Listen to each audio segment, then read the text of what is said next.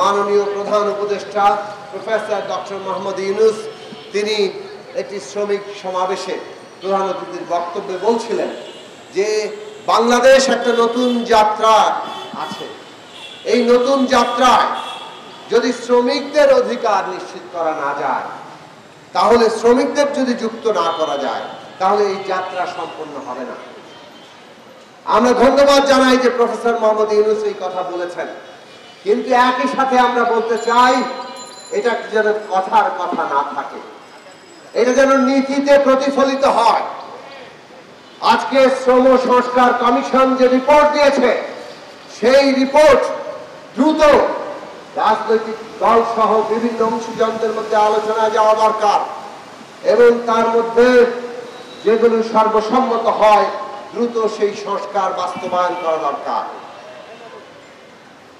শ্রমিকরা যদি নতুন বাংলাদেশের যাত্রায় তাদের গুরুত্বপূর্ণ অংশ নেওয়া হয়, তাদের দাবি দেওয়া, তাদের অধিকার, তাদের মর্যাদা যদি সেখানে প্রতিষ্ঠা না করা হয়। শাইনি চুলে এখন হবে সব হেয়ারস্টাইল।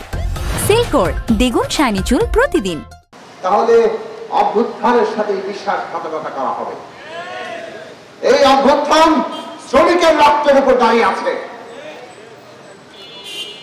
এবং এটা খুব পরিষ্কার। অভ্যুত্থানের সূচনা হয়েছে ছাত্র আন্দোলনের মধ্য দিয়ে। এটা সবগুলো অভ্যুত্থানের ক্ষেত্রেও কম বেশি হয়তো সত্য বলা যাবে, কিন্তু এই অভ্যুত্থান দ্রুতই আমাদের দেশের শ্রমিক, কৃষক, শ্রমজীবী, মেহনতি মানুষের অংশগ্রহণের মধ্য দিয়ে একটা জনতার উত্থানে পরিণত হয়েছে।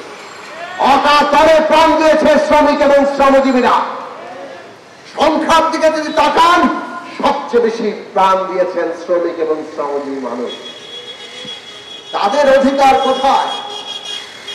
খোদ সরকারি অফিসে বৈষম্যের নীতি আমরা দেখেছি, ওখানে আউটসোর্সিং কর্মচারী নেওয়া হচ্ছে।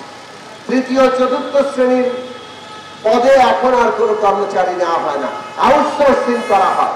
সেই আউটসোর্সিং কর্মচারীরা কি কর্মচারী না শ্রমিক, এই পরিচয় পর্যন্ত আজকে ঠিক হয় নাই।